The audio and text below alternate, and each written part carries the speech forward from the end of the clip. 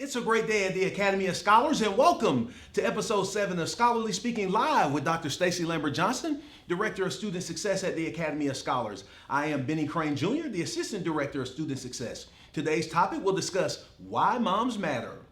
Thank you for joining us for today's live session. No matter where you're joining us from, whether you're at work or at home, we pray that you're having a great AOS day and hope that you can visit us here on campus someday soon. In honor of Mother's Day this past weekend, we are dedicating today's show to all of the moms who are the bedrock and the foundation of our families. Before we start, Benny, tell our viewers where they can access our live sessions once they're over. As always, everything from this show ends up on our website, academyofscholars.com, including both the audio and video versions. You can also find the video version on our Facebook page, YouTube channel, LinkedIn, and Instagram. You'll be able to download the audio versions anywhere you download your favorite podcast. We want to take this opportunity to say hello to the people joining us live today. As I look, I see several people coming on. I see Miss Lily there. Thank you. Adrian Shelton Williams, thank you for being here. Oh, I see someone who's been on here. I wish I could pronounce your name the right way. Your first name starts with a Q. Please give me a call and tell me how I can say that correctly. Thank you, because you've been on with us every week. I see that Miss Powell is on with us. Candace Gibson, thank you. Miss Hester is on again. Miss Hester, we miss you. We can't wait till you're back with us doing aftercare. The kids miss you as well. Yes. Thank you, everyone. Also, shout out to the people who are following us on our social media platforms. We appreciate you joining us today. Do us a favor and tell your friends we're on. Comment letting us know a saying or wise words your mother used to say to you for your chance to win a great restaurant gift card. So Benny, this past Mother's Day was bittersweet for me because, as you know, my mom passed away suddenly in 2011. So needless to say, although I celebrated Mother's Day with my own children, there's always a sadness for me on Mother's Day because I can't celebrate it with my mom. But my daughter and son and grandsons, they made it special for me. Great. They got me flowers and balloons, and they wanted to take me out to eat, but I didn't want to be bothered with a large crowd. So I ended up taking my grandson and my daughter along with me as my assistants for a photo shoot that I did for my upcoming 50th birthday. Okay, then. Yeah, I'm about to be 50. But, enough about me. All right. How did you spend your Mother's Day? Well, first of all, Stacy, let me say this. I'm sure that your mother is smiling down, very proud of everything you've accomplished and you're still accomplishing. But Mother's Day was awesome. Shout out to my wife, Kyla, who gifted our lives with 2 incredible children. I woke up early on Sunday mornings, as I always do, and I'm sure she thought I was out getting a run in. Instead, I ran to Starbucks to get her favorite latte. And fortunately, I filled my car with gas when I went. Yeah. Who knew that by the week's end, how important that would be? Right. But then my kids and I showered my wife with gifts, and afterwards I made breakfast. I made my wife a blueberry Belgian waffle from scratch. Ooh, from scratch. That sounds yummy. Actually from a box. Okay. My in-laws live with us, so we were able to celebrate my mother-in-law as well. And what was really special was we were able to go visit my mom and dad and spend time with them for the first time since last summer. Despite them living here in town, the pandemic kept us apart. Wow. So it was awesome being able to see my mother and spend time with her on her day. Wow, that's good stuff. So Benny, did you know that a recent research study showed a direct relation between the amount of nurturing a child receives and the size of their hippocampus? Hippocampus, huh? Yes, the hippocampus is the part of the brain that's responsible for memory. And according to the study that was published in the Journal Proceedings of the National Academy of Sciences, brain images revealed that a mother's love physically affects the volume of a child's hippocampus. So in the study, children of nurturing mothers had hippocampal volumes that were 10% larger than children whose mothers were not as nurturing. And a larger hippocampus, again, is directly related to a better memory. So what that boils down to is a mother's love and nurturing matters and greatly impacts her child's development. Yes, indeed. And Stacy, this is true in every community and nearly every species for that matter. What moms do matter. Right. And this isn't a slight to the great dads out there. Shout out to my dad. But what moms do can't be understated. I read a study a few years ago where researchers observing rats. Rats, ew. Yeah, right, I know, right?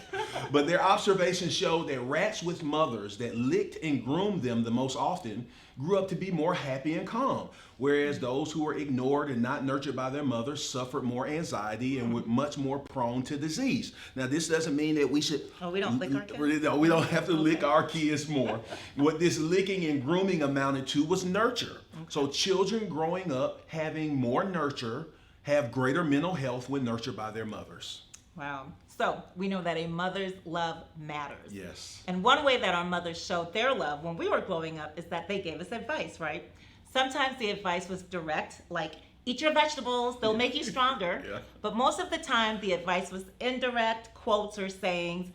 So what I want to do today is talk about our mom's famous sayings. Yes. Everyone's mother had a famous saying or a quote, or old wives' tale that they shared with their children as words of advice. So, being from the islands, shout out St. Thomas, I heard a lot of these sayings from my mom.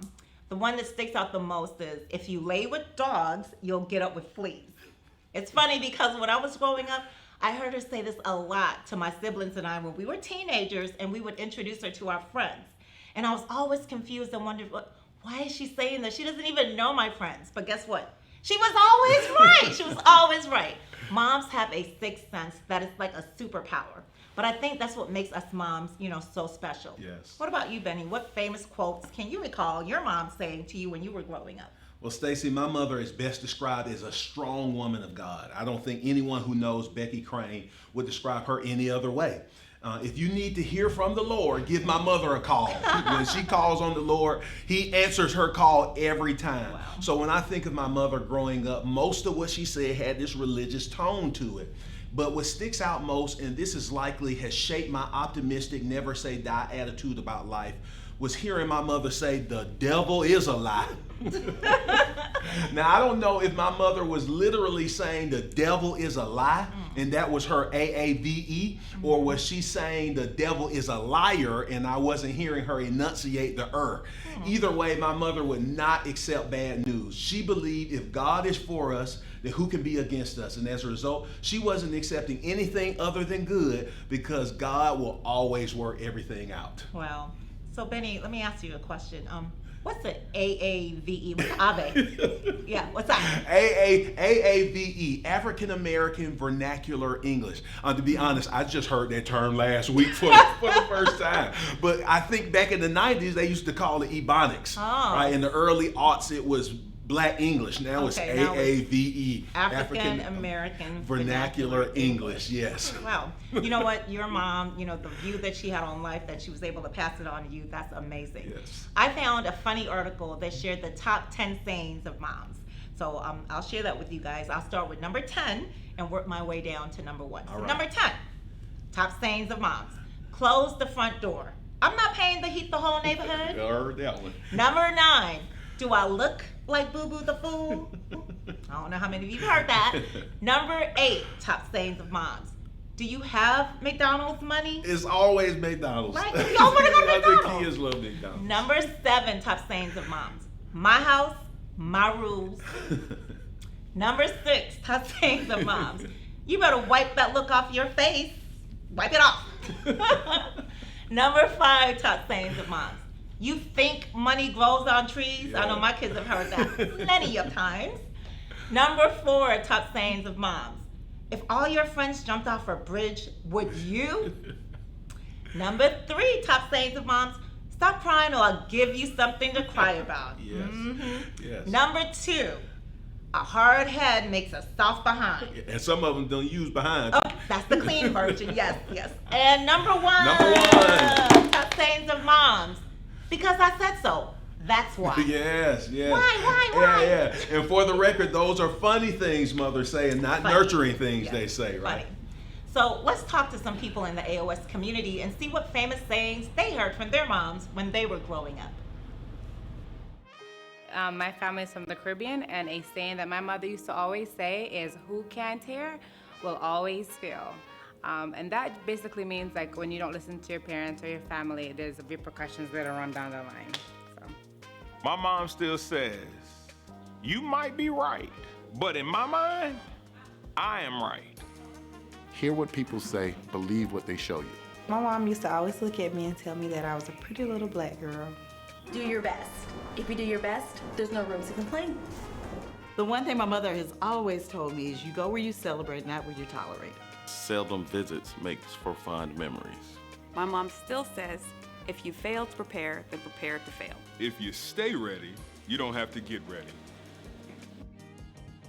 If you stay ready, you ain't got to get ready. I love that one. I love that one. So let's shift gears a little bit. Stacy, how do you think your relationship with your mother shaped the things that you did and said to your children, or maybe even shaped you professionally? Yeah. Well, Benny, my mom was my biggest cheerleader and coach growing up. I remember specifically that whenever I had to say a speech in class, my mother would coach me on how to say it. She would start and I would have to repeat after her, saying it just as she was, right? Enunciating every word. She would make me say it over and over and over and over until I got it right. Wow. She believed that I had to be over prepared. And I think, that is what has resonated and stuck with me to this day. Because that's who you are. Yes, I over prepare for everything. Yeah. Anyone that knows me, they laugh at how, I plan and prepare everything. Yes. And it's funny because I never knew where that came from until I had to think about how my mother impacted my life. I mean, I thought that it was just a personal characteristic, but no, I got it from my mom. Got it from my mama. Another quality of my mom that stuck with me was her work ethic. My mother had 7 children, and I cannot recall a time that she took a day off from work. Wow. At all. Watching that growing up, made me want to be the same way. And I think that's something that I've passed on to my children because I definitely inherited my mother's work ethic, and my children are the same way. What about you, Benny? Wow. Well, one thing that I remember most growing up was seeing the digital clock next to my mom's side of the bed set 20 minutes fast. And guess what? I have a digital clock on the side of my bed set 20 minutes fast. And I've tried sleeping with it set to the correct time, but my body hates it. Wow. So thanks to my mom, not only do I have an obsession with being on time, but with being early. And also, another thing is, and I would say that more than anything, my mother has influenced my relationship with the Lord. When I pray like she does. Okay. I try to honor God in all I do and say because my mother always prayed that that's what we should try to do. And if you need someone to pray for you, Benny's the guy. He can pray. Thank you. Well, what do you think? What's something your mom used to say to you?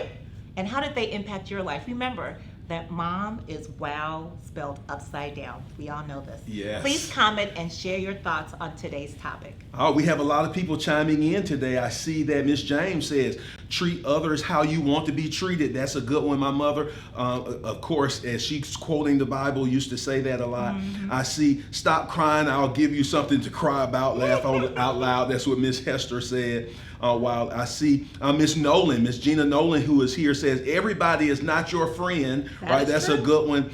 Don't just talk about it, do it, Miss Abrams used to say. Tiffany Hicks says, if you don't have time to do it right, you must have time to do it again. Ooh, that's a good one. If you don't have time to do it right, you must have time to do it again. That's a good one, Miss Hicks. Thank you. Miss Shelton Williams says, there's always consequences for your wrong actions. That's another good one. I love that. I see that there's someone, Miss Cash Crash says, I love you, mama, too. She's telling her mama that she loves her out there. So we appreciate everyone who's in there. This is excellent. This is an awesome opportunity. And for those of you who have chimed in and made a comment, you have an opportunity to win a free gift card. So, Dr. Johnson, for a number between 1 and 10, can you choose? I'm going to go with number 7. Number 7. Let's see.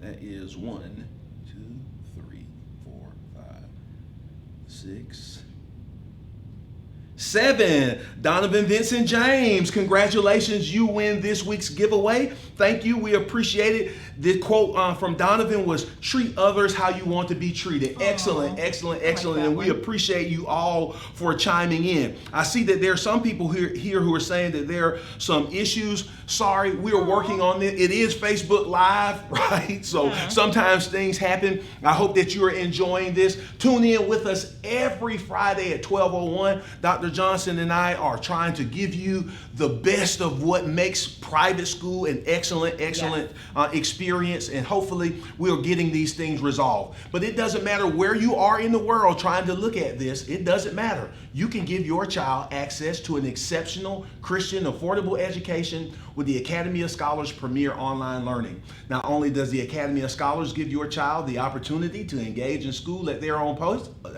pace, but we also have a mom-approved comprehensive curriculum. The Academy of Scholars Premier Online Learning is the online school you've been looking for. I hope you enjoyed today's live session. To learn more about our amazing school, the Academy of Scholars, please go to our website at academyofscholars.com. Join us next week as we continue our live discussions. Next week, we'll discuss why it's important to read to your children. Until next time, I am Dr. Stacey Lambert Johnson. And I'm Benny Crane Jr. saying Goodbye and be blessed. Thank you, Mom, for taking care of me. I just want to say I love you more than anything in the world. I love you, Mommy. I love you, Mommy. Thank you for helping me be strong. I love you, Mommy. Thank you, Mommy, for my new phone. I love you so much. Mom, you're the best. I love you, Mommy. Thank you for all that you did for me. And thank you for bringing me to this school. I love you, Granny. I love you, Mommy, because you give me soft hugs. Ever since the day I was born, you helped me with everything I've ever done in my life, and I hope you have a wonderful day. I love my mommy.